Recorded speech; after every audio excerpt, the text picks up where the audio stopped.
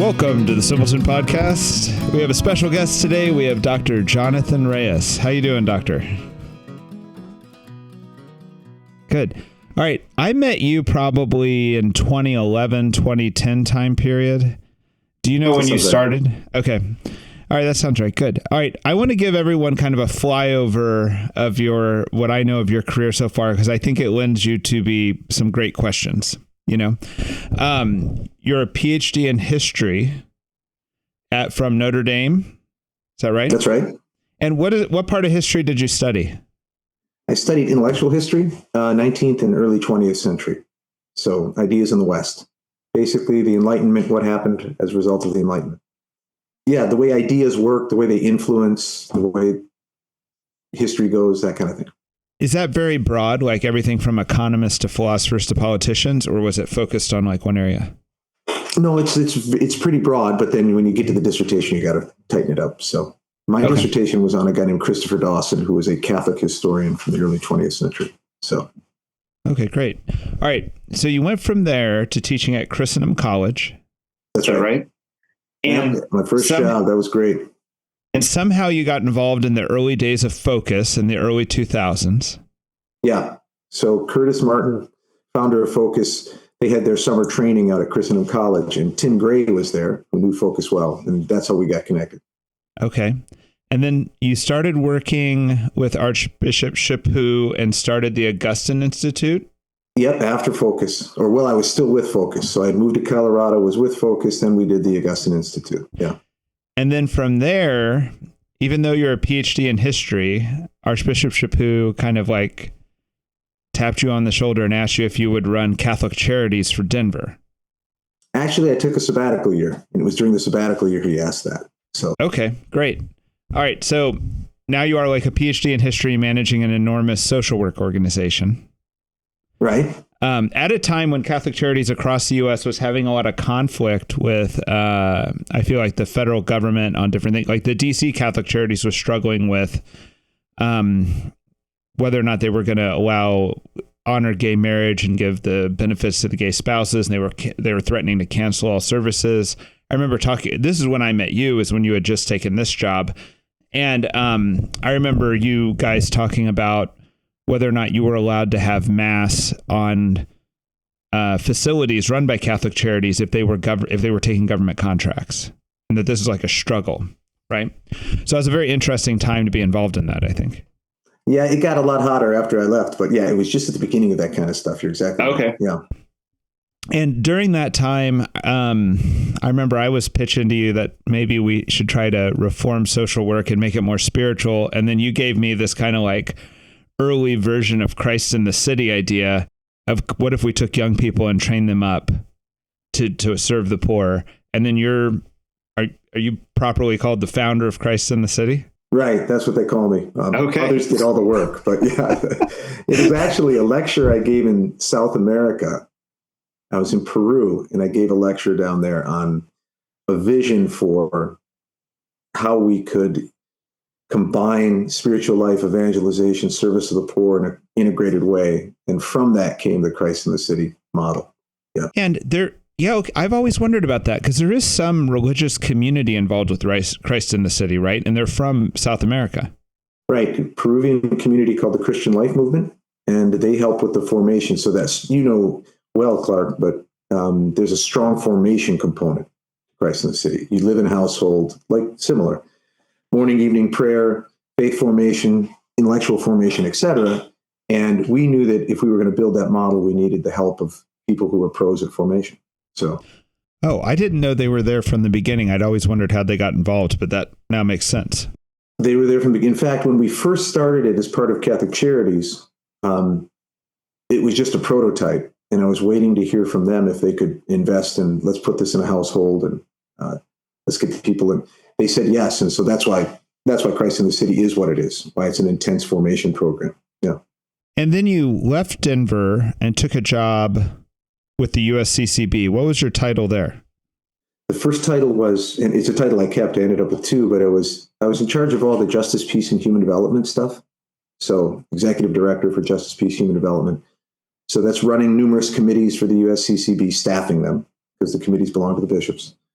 in the areas of international and domestic charitable work, social services, all that stuff, both the policy front and the actual delivery of services.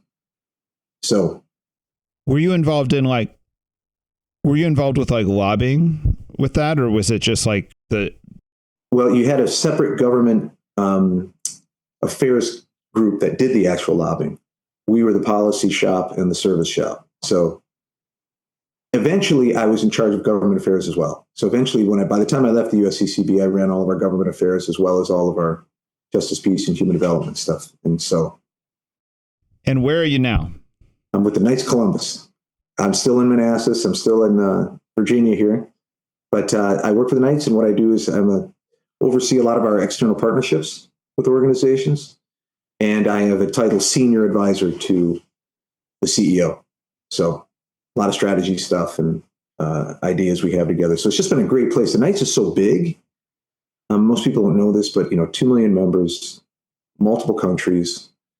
We give away, the Knights every year gives away something like $170 million and does 80 million or 60 million hours of service, throughout the whole organization. So what it does is all the different jobs I've had and things I've done, the Knights provides the perfect platform for bringing a lot of that stuff together. And the head of the Knights, a guy named Patrick Kelly, he just has this big vision for all the things the Knights can do. So it's been a blast for me because all these different areas I've touched, the Knights can engage and be in conversation. We were just in Denver and took Patrick to meet Curtis and Tim and Curtis Martin of Focus and Tim Gray of the Augustine Institute and Christ in the City. So we saw all these things. And so anyway, there's just some real dynamic possibilities, especially at this moment of history, for a lot of these organizations to be working together on certain things, sharing their expertise, doing projects together. And the Knights is really at the center of that in its own way, because of its size and influence. I'm now I have all these questions about these different stops where you've been in your life that I'd like to ask, but it seems like in this moment of the church, the lay ministry is bigger than it's ever been before, very markedly so, meaning like this types of stuff that only religious orders did 100 or 200 years ago, you now have foundations of lay people doing, be it evangelization or, like a more charitable work or whatever. Right. And maybe the Knights are the oldest of these organizations, but Focus, Christ in the City, Simple House are this new wave of kind of organizations. Do you see any particular, you've been involved in multiple, do you see any particular benefit or danger of having all these new lay ministries take on these roles?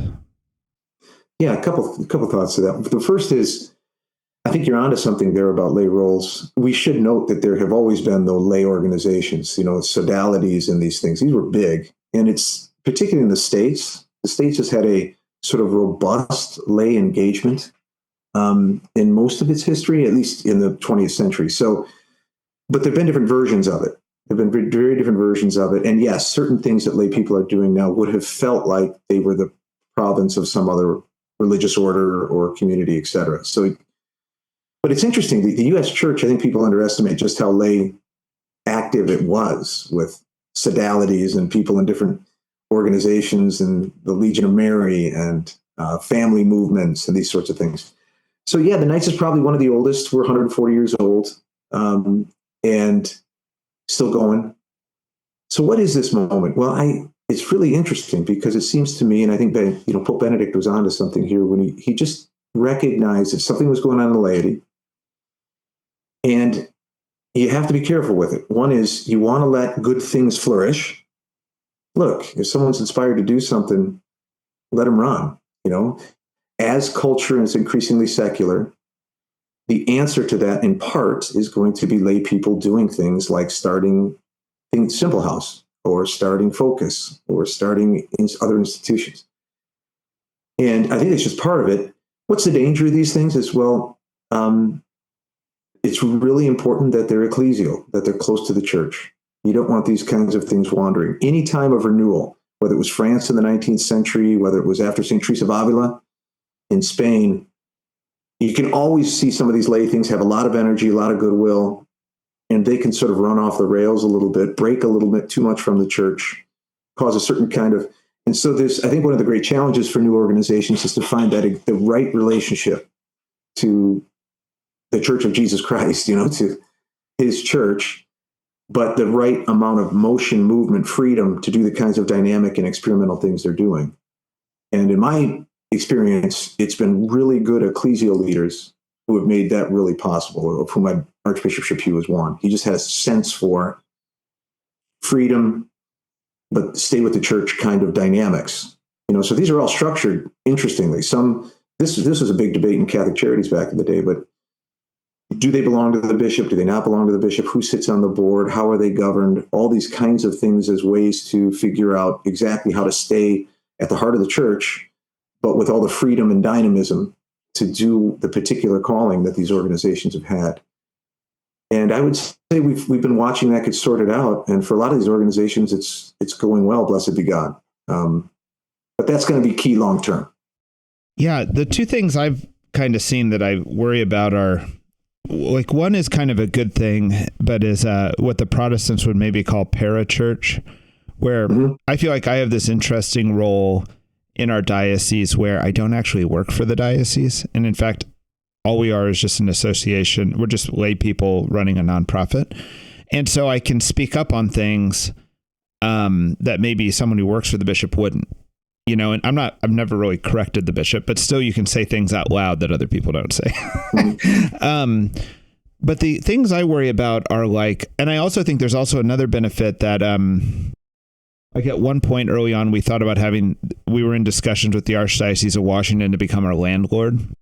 And it was kind of clear they didn't want to be our landlord because any scandal we had then reflects back on them, And I thought there's actually a goodness in that like, you can let an organization like Simple House go, and if we like crash and burn, it doesn't actually hurt the church very much, because I think that will happen at times, But the things I worry about are like, sometimes I see some of these organizations look like they're being run like family businesses or as if they were for profits, but they're technically not for profits. I worry about, like, I feel like when the orders were running things, there were vows of poverty, there were, these people were committed for life that were running it. And when lay people run it, you don't have that dynamic. Do you see any dangers in that? Yeah, I mean, it's worth saying, look, if we're talking about a certain kind of corruption, then there isn't a place in the church you can point that doesn't have it at some point in its history, right? Even the best orders, So there's always a dynamic by which people can choose to run something for their individual good as opposed to the common good. So that's just built in.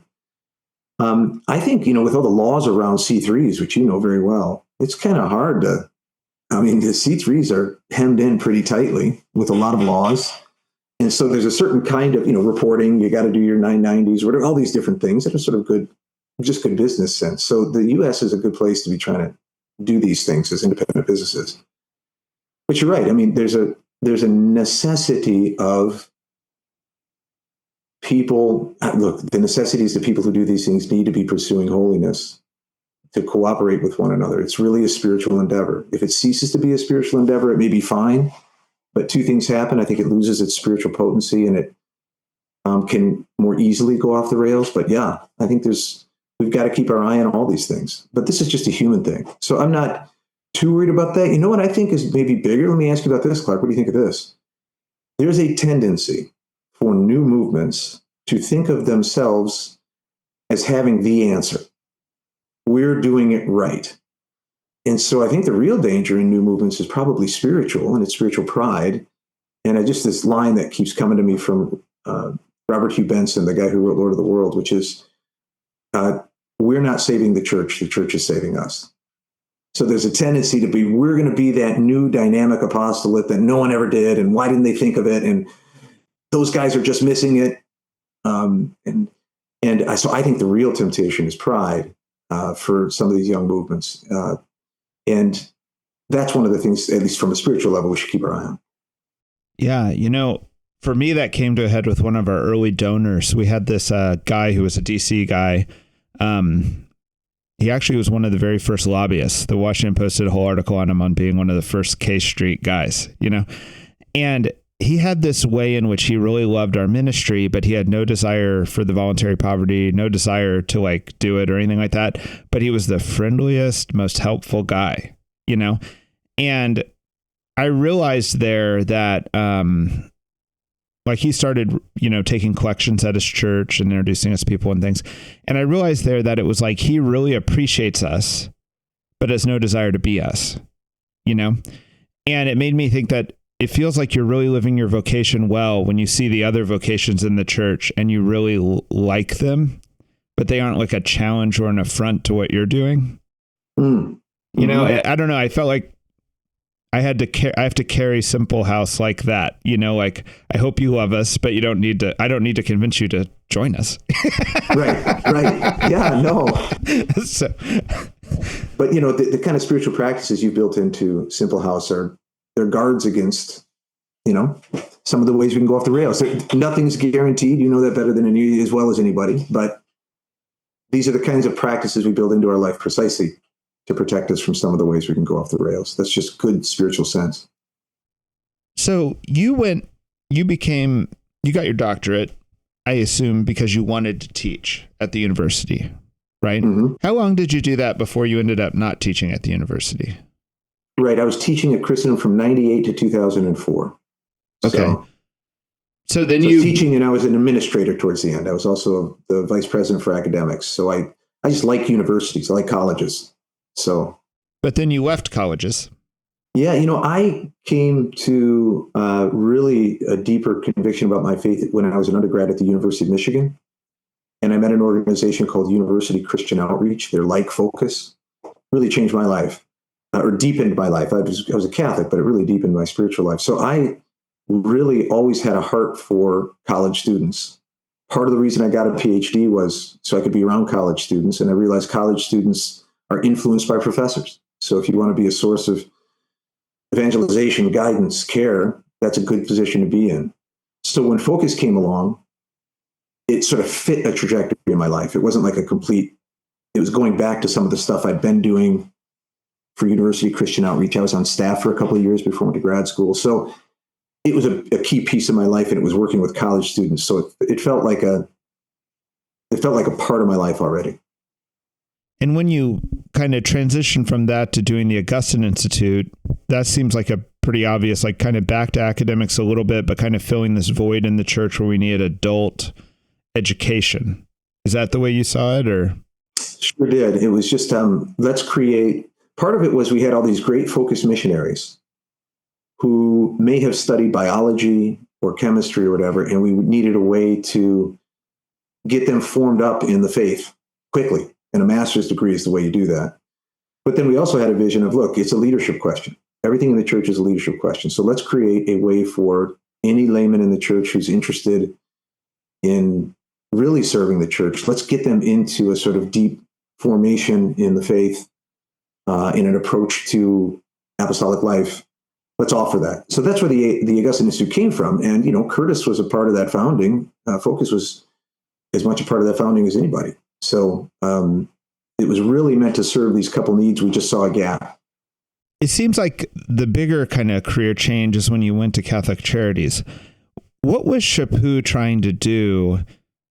Like, why did he go outside the normal talent pool of like, social work educated people to lead Catholic Charities in Denver? Like, what was he trying to achieve or experiment with? And what were you trying to achieve by taking a job like that? The way he put it, he said he didn't want a chief executive offer. He wanted a preacher in chief. He said he wanted the great work we were doing in Catholic Charities to be a source of revitalization and evangelization for the church. So he wanted someone who could articulate clearly why this is not just a humanitarian organization, but this is a ministry of Jesus Christ and what that means.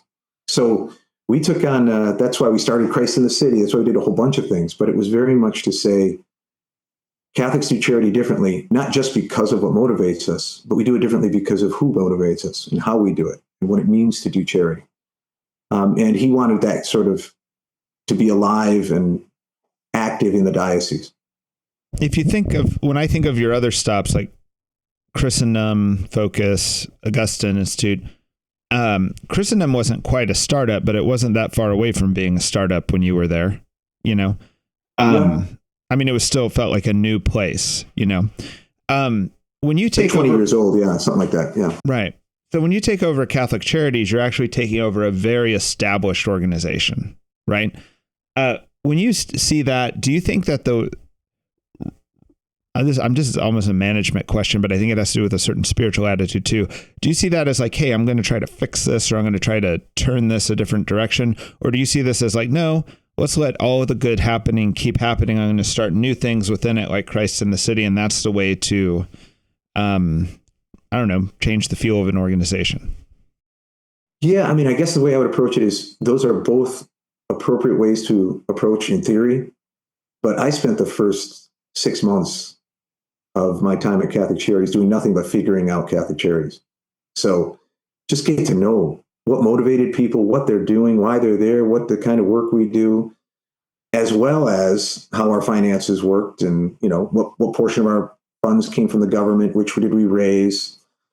And, Catholic Charities are interesting things. Samaritan House there in Denver, which is our homeless shelter, is a very different animal than, programs we were running for youth in another place, for early education. So just getting to know it. And then that's when you start thinking, hey, there's a gap here, or boy, we could deepen this, and you just see what you can work with and you go with that. But I'm very respectful of institutions. I'm that way with the Knights. It's that way when I came to the USCCB. I just think it's in general really important for young people who step into leadership to have a great deal of respect for what's going on first.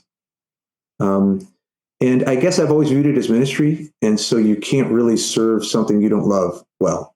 And so I actually came to love Catholic Charities. There are all kinds of surprises of things I never expected, from kinds of service to people who weren't particularly religious who were working there, whose hearts were gold, and understanding their motivations. So it was something you come to love. And if you love something and you care for it, it allows ways forward, I think, a little bit easier.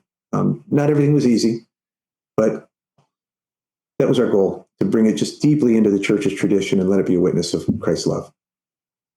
What is the role of the USCCB? So USCCB, which really, gets its origins around World War I, out of the necessity to pull the Catholic Church together to respond to something huge. So you had a bunch of bishops floating around. We need some way to get them together, get organized to deal with the war. And that's its origins. And so that sort of captures what it's for. The purpose of the USCCB has traditionally been a way to organize the bishops on two fronts: it's pastoral, evangelization, service of the poor, priestly formation, all that stuff, all those sort of pastoral issues. And then in relationship with the US government, which became a bigger thing post-World War II. Catholics are starting to emerge as important players. They're no longer the slightly marginalized group that they had been for most of their history in the United States. Catholics are trusted. So after World War II, especially Kennedy's election, all of a sudden you're getting now an organization that has a role to play in civic discourse and can say things like, this is a good, this is a bad, we support this, we don't support that. So it has two wings, sort of a policy shop and a pastoral shop. And a national organization of bishops is not like an ecclesial reality. It's not like the College of Cardinals. It's much more it just was needed, therefore it came to exist. Is that right? It's purely voluntary. Yep, it's purely voluntary. It has no authority over any given bishop. Any given bishop has more authority than the USCCB. It's a convenient way of organizing bishops at the national level. Now, they end up doing some good stuff together, and they'll make sort of rules about what texts they use or all kinds of things that all the bishops adhere to. So there's a real value there. It's not a perfect organization, none are, but there's a value to having the bishops of the United States roughly on the same page about things they can be on the same page about and coordinating things together. Yeah. A couple months ago, we interviewed Bishop Johnston here in Kansas City, Mo, and he talked about how there was very little training when you become a bishop. Yeah, that's true. do you feel like the USCCB could provide some, like, I was even curious, like, I mean, every bishop at some point is going to have a scandal. Every bishop at some point is going to have to close a parish or start a parish, right? It just seems like there should be some best practices somewhere, like an MBA program for bishops, right? Is the USCCB provide anything like that, or could they, or should they? Where legally appropriate, absolutely. There's all kinds of ways to handle, but like some of the things like scandal stuff, the USCCB cannot be viewed as giving guidance on those kinds of things because it's not appropriate. So but best practices, there are a lot of third parties out there too, legal organizations, et cetera, where they're sharing best practices, where diocesan lawyers can all get together for a conference and they're talking about how to set things up, et cetera. So yeah, a lot of coordination like that happens. But then in areas of even like in evangelization, like what are you doing in your diocese? What are things that work? What programs are you using? All that kind of sharing and that stuff happens. It's structured by committee. So there are, 20 some committees, I don't remember anymore, that have a special case of bishops. Bishops cover, there's a Justice and Peace Committee for the U.S. There's an evangelization committee. There's a catechetics committee. And so that's how the thinking works there. Bishops get together, they share best things, staff help them, they produce docs, share ideas. Yeah. It's just someone observing, it feels like the bishops are kind of amazingly unified, meaning like there aren't a lot of, they're their own people, I know, but like there aren't a lot that are using a completely different pastoral agenda than the others, Maybe Chaput's someone who's kind of famous for having a little bit different way of doing things in a positive way. He's got a good reputation for that. Yeah, just look at Denver. Yeah, all those things that came up in Denver while he was there. Right. Yeah. Trying to get my head where I was going with that question. Well, they're pretty unified. I mean, there's disagreements, but I think the purpose of the conference is precisely to coordinate cooperation where they are unified. So it's already leans toward unified by its very purpose, right? Its purpose is where there's unity, let's work together on it. It's also can be a source of unity. That is the guys getting together. And I remember when I was there, one of the most powerful things while I was there was when Pope Francis asked all the U.S. bishops at their next meeting to not have the meeting, just go pray. And they went and they had a retreat together for a couple of days in Chicago. And there's differences among bishops and how they approach things and how they think about things. But to a person, every bishop I spoke to after that said, just praying with brother bishops was a great grace. So I think it can also be a source of unity. Again, anyone who pays attention to bishops' meetings knows there's disagreement, but one would hope that it would foster unity in those two ways, cooperation and spiritual life. Were you at the USCCB when the Obama administration kind of reformed healthcare? Yes. It seemed like the bishops were part of the push in that. Did you have a role in that? No, I wasn't. That wasn't my committee. So we are by committee, really. So, and I had just gotten there when that stuff was unfolding. In fact, after I think the big final push had come. So no, that was not a big role for me. But you were in social justice, right? And wasn't that a social justice issue, or what committee would have that fallen under? That would have fallen under the committee. John Carr, my predecessor, who we share a birthday, by the way. He was the one who landed that plane, and I came in right after. Finally, Obamacare had been signed. The religious sisters had said we support it. There had been that back and forth. Going back and forth. And so I came in right after that. And it was some of the things following that I would have been involved with. So it wasn't immediately Obamacare, but who got treated, the religious liberty exemption, the little sisters of the poor, and whether they could serve, those kind of issues I tackled. But John Carr was the one who, right when Obamacare passed, that was like his last thing. All right. I want to characterize this, and then you push back, because I feel like both as a historian, as someone who actually was very close to what was happening, I'd be curious what your thoughts were. It's always felt to me that there was, like, up until, say, 10 years ago, a little bit of a closeness between Catholic voters and the Democratic Party.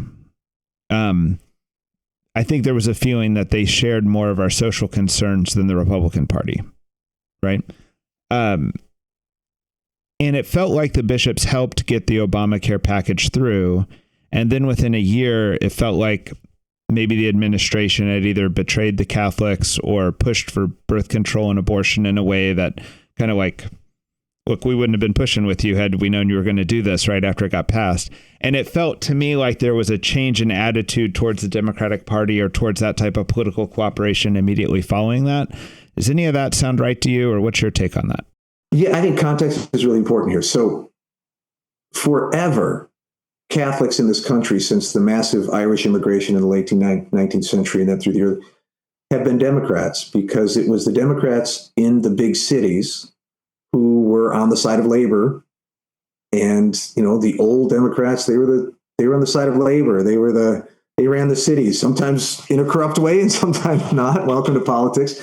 So it was just assumed if you were a poor immigrant Catholic, the Republicans were the rich party and the poor party were the Democrats. And so for years, every Catholic was a Democrat. You just were. It's part of it.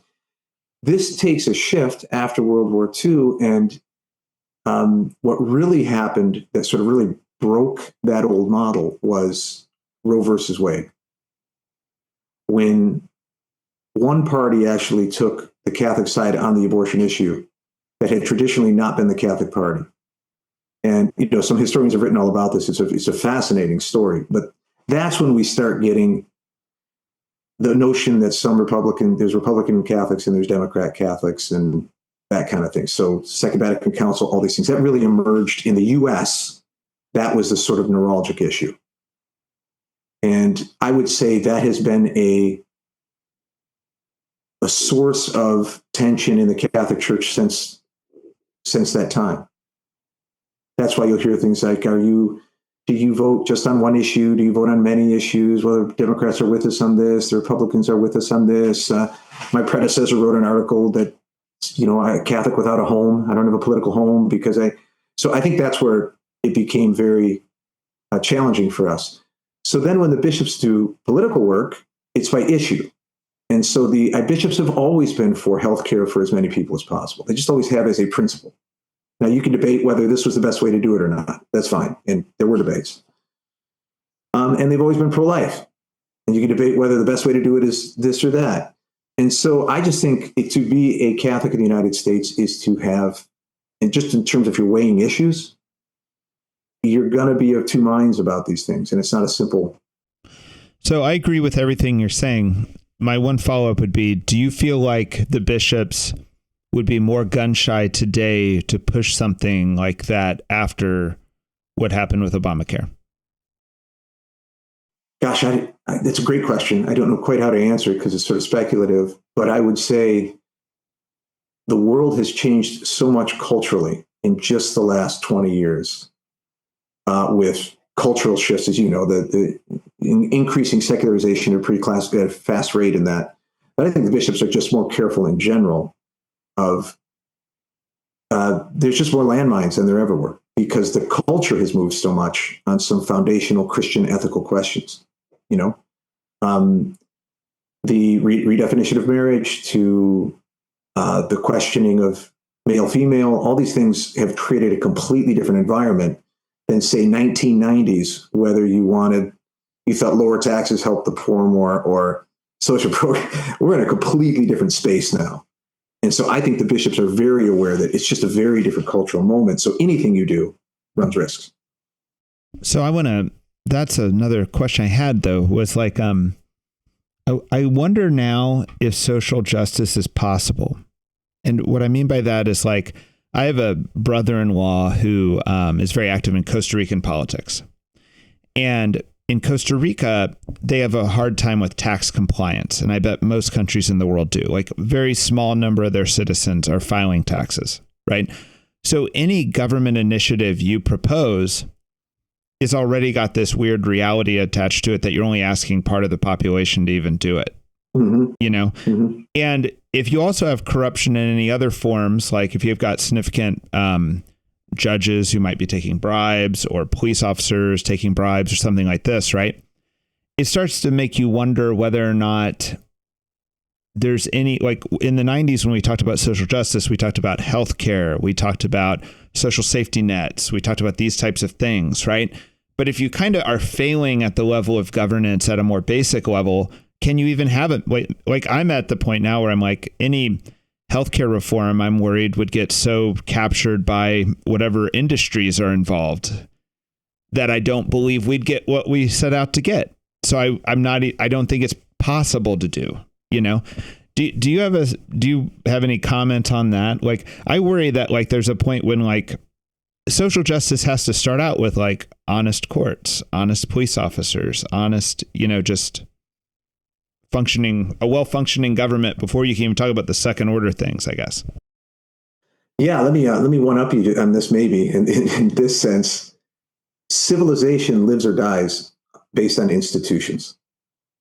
The health of institutions. Health of institutions live or die based on the health of the people who run them and the culture that surrounds them.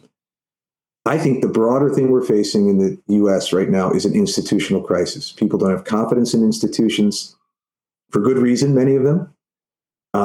You just point to sort of corporate interests in the way they can manipulate things globally, let alone at your local store, right? And I think the kind of structural shift in the way things get done at the institutional level has raised all these questions at a very deep foundational level. What does it look like to have healthy institutions, and without them, what can justice look like without healthy institutions? And so, yes, I think you're raising the exact right question. That said, let me just be clear: you live with the world you got, and so you try to do the good you can do. So there is room for more justice in pretty much anything going on in the United States. We can increase justice. Maybe it's this much, maybe it's this much. And so to the extent that that's possible on the margins or in the center, I think you're going to see the bishops engaged, and you're going to see, you know, Christians like us engaged in this, because life can be a little better for people. If we can do that, we're going to try. But yeah, I don't see any big global moves that inspire a great deal of confidence. So like a gigantic, massive reform bill. One, I don't think DC can tolerate it right now. And two, I would have similar concerns you would, because we don't have the institutions to necessarily execute them. It feels like when we teach social justice, it maybe wasn't necessary to teach this 20 years ago, but it seems like right now it's necessary to teach that there's like these like prerequisites for social justice, like first level concerns and then second, and like creating the healthy institutions that are just being run in a fair, honest way seems like the very first concern of social justice. Would you agree with that, maybe? Structurally, yes. You got to have the institutions right. Of course, all these stem from ideas, right? So the moral bearings of a given culture, every culture has its moral bearings. And we have lived in one that has sort of been living off of Christian social nuggets for a long time in the US. Those are being questioned. So the one thing I'd put one tier below institutions is right and wrong. Like, I don't think right and wrong are universally agreed on anymore. And this is shaking up things. Definitions of man and woman, these are serious questions. And from them stem these other things. So I would say, yeah, we got to get our institutions right, but we also need a shared view of the good. And I'm not sure right now our culture has a shared view of the good. And that is, you know, taking it even further than I took it. And then it almost seems like that if you care about social justice, instead of politically lobbying for any of these programs, you should start with, you know, working towards that shared vision of the good. I think so. It's both ways. You know, is it culture before politics or politics culture? We got to be doing them both, and people have different jobs. So I'm glad there's people sitting in DC in the chair that I was in, working to make sure that a little bit more money goes to people who most need it, et cetera. But at the foundations, yes, the question is, we have to find the people of the United States and the West in general have to find a vision of the good again, I hope, that they can share. I don't know how to do that. We do evangelization because we believe Jesus Christ is the way, the truth, and the light. But that's a long, multi-century project, so to speak. So, but yeah, I think you're right. We've got to find a shared vision of the common good. I now have a question about the Knights. So my understanding is that the Knights were set up a little bit as an alternative so that Catholic men wouldn't be attracted to the Masonic groups. And I think that and in a way, the Knights have outlived the Masonic groups. Like now the Masonic groups are quite small and they might be a little bit mysterious, but they're not as big as they once were. And two good things. I know the Masons were anti-Catholic, is my understanding. But two good things about them was I had a grandfather who was a Mason. He was kind of a Southern Protestant. And he told his kids, my dad, he goes, I don't know that these guys believe all the right things, but I know that if something happens to me, you guys are going to get taken care of. You know, like he was using it he was paying his dues to make sure that the orphanages and the social safety net that the Masons provided was there for his family. And then another thing that happened in my life was my sister had severe scoliosis and had to get a operation. And so we took her to the best children's hospital in the Dallas area, which was a Scottish Rite Hospital. And my dad had a good job and he had good insurance, and they wouldn't take his insurance. They wouldn't take a dime from anyone. And they just did, spinal surgery and did all that correction for free, yeah. which I remember struck my dad as kind of an amazing witness by the Masons, And all right, having said all that, Can you characterize the Knights and their role as kind of a organization like this, and also like their counter reaction? Yeah. Well, they were precisely, they did a couple of things, but one is take care of these families, right? So these poor Irish immigrants, when Dad died, no one could take care of the family. So the temptation was to join the Masons for precisely the reasons you gave. They had a death benefit and they said they'd take care of you. But to become a Freemason was to cease to be a Catholic in a certain foundational way at that time. And so Father McGivney said, look, we can get an association of men.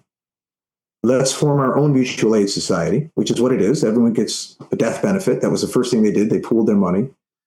But let's also become great Catholics.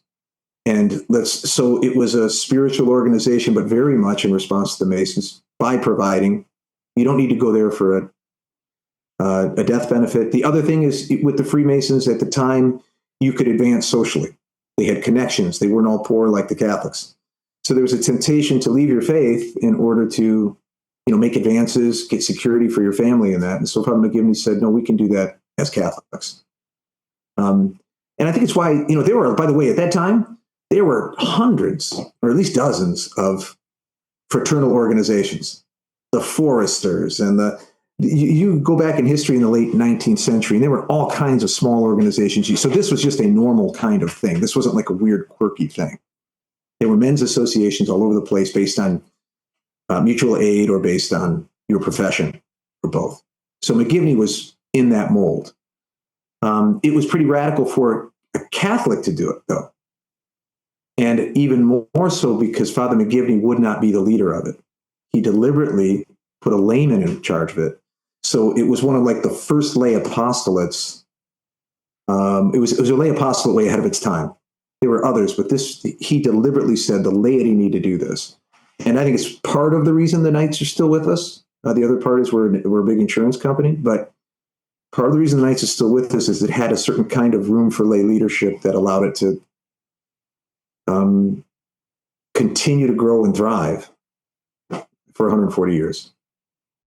So something that I've been thinking about a lot lately is how the parish is a place of worship. And I think a lot of people think it's almost just a place of worship. And it's also a place of fellowship, right? And I think that fellowship in the Catholic Church is at some disadvantages.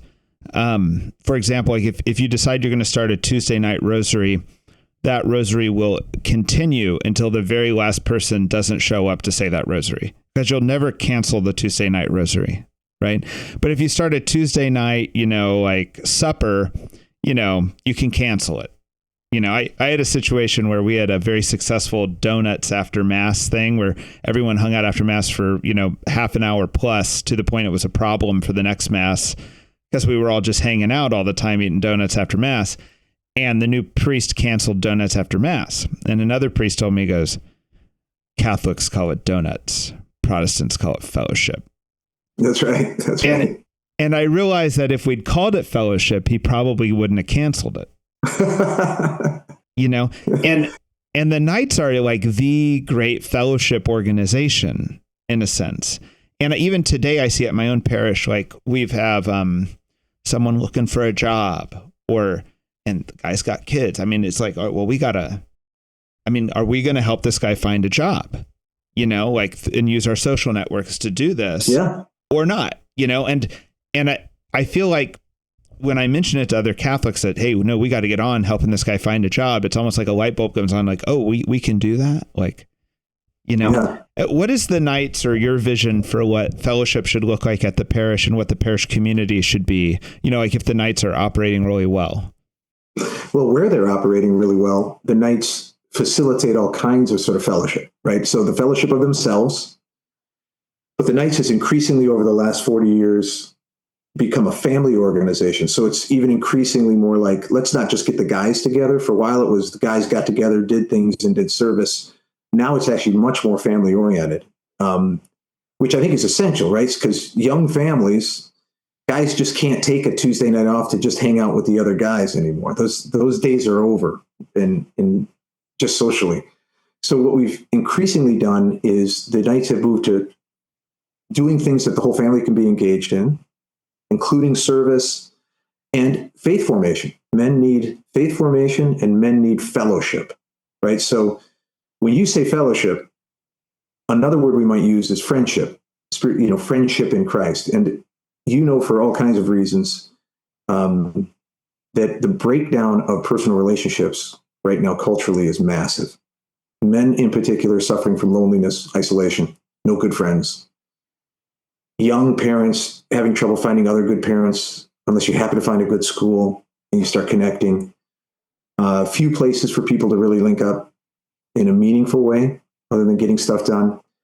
I think the parish, with an intentional part of the nights or other great programs, That Man Is You, these other things that are out there, or service programs, they need to become places where families find one another again in deep friendship, and they need to pray together and serve together and eat donuts. Why did you say Tuesday nights men getting together is no longer socially a thing? What do you think is behind that? I think we're just too busy. So if you've got kids, so if you're a typical night guy, you're probably married and you got kids. And as soon as you got kids in the modern world, you're at soccer or you're at the school or you're just trying to get them in bed, or especially if you're both working, my goodness, you can't, in a dual income kind of necessity economy that we're in, you got to be home. And so you can't just say, hey, hon, I'm just going to go do something fun now, right? It just doesn't work with modern family life. And the young men I know who are trying to raise good Catholic families and have Catholic marriages and really take their faith seriously, they don't want to go just hang out for no reason. If it's a Bible study or if it's something intentional where they're growing spiritually, yes. But if it's just to hang out, that's less easy to do. So I know a lot of guys who are willing to develop their spiritual lives, and their wives want them to because it's good for them. But that's what I think. I think life has just made it really hard. Yeah, I really value the literal just hangout part, though. Like, I feel like that's when you have guys starting businesses together and, investing in each other, and things like that.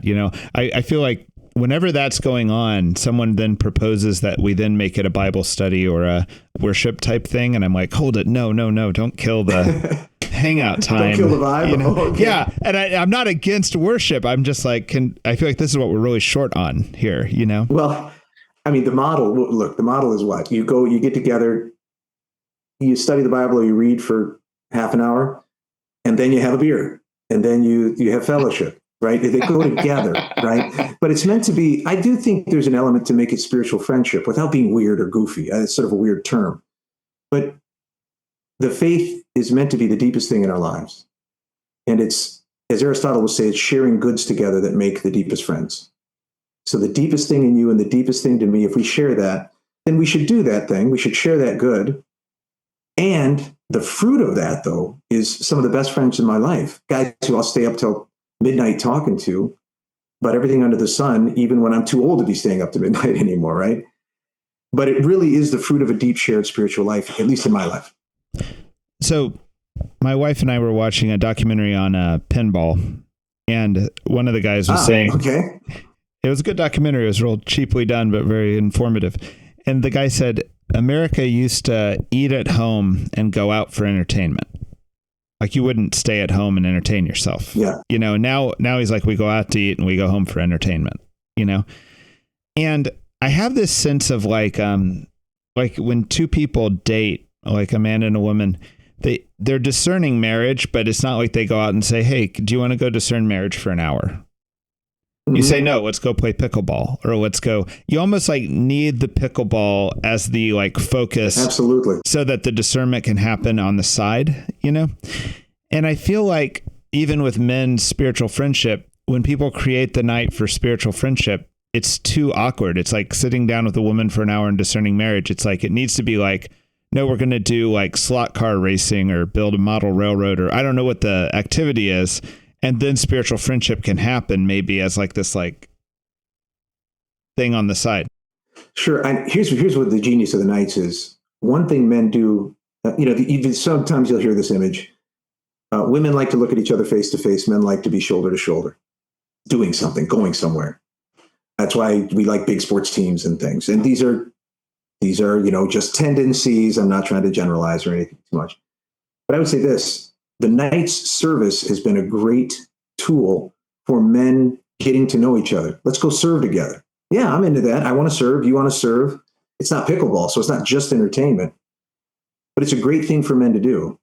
And as friendship grows and guys start sharing their lives a bit, you're going to eventually start talking about the deepest things. And so spiritual friendship can emerge from shared activity very naturally. I think service is one of the good ones. As you know, service isn't like other things. You don't go serve for recreational purposes necessarily. You may enjoy it. You may get life out of it. But it's precisely in that giving, two men giving together to something else, sharing a good, that can often be a great source of deeper friendship and eventually spiritual friendship. But yeah, I think we've all been in the small group that's really painful, where you're like, really? Then again, I would say the close friends I've had in that kind of setting throughout my life are one of the key anchors of my whole life. So wouldn't trade it for the world. So, Jonathan Reyes, here's my final question for you. It feels like we're in a moment in the church. You've worked in so many interesting parts of the church. I feel like a lot of people are in a gripey mode about the church, about their bishop, about the pope, about whatever, politics in the church, their own parish. Do you have something that you say or some strategy to pastor people who are coming to you who are kind of in the gripe mode? Yeah, no, I mean, I certainly don't tell them there's nothing to be concerned about. So that doesn't work. No, what is the church? The church is Jesus Christ with the apostles, saints, angels, all those who've gone before us and bore witness, rejoicing forever, delighting in sharing in God himself. We're an outpost here, right? We're a temporary outpost. And so how does one think about the church? First, one thinks about Christ, the apostles, the angels, Mary. Okay, look, nothing's going to shake. The church it's things on earth that are temporary. And then the second thing I say, you want to know what the church looks its best on earth? Look at the saints. That's what the church is. The saints are a glimpse into the heavenly life that is the church. And they're the window into that life. So look at the saints' lives and say, that's what I love.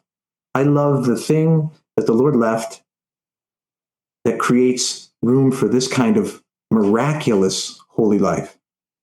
The Mother Teresa's, the St. Francis's, the martyrs, the ones who've given their whole life. You stare at them and you go, what they have is the life of God fully lived in the church. They are the embodiment of it. And so I always stare at the saints and less at what Father Jimmy did on a given Tuesday or the latest document that came out of some congregation or something. Now stare at the saints and remember where the church really is. Thank you, Dr. Reyes. Thank you for being on the Simpleton Podcast. Great to be with you, Clark. All right. Please like, subscribe, and share. Thank you.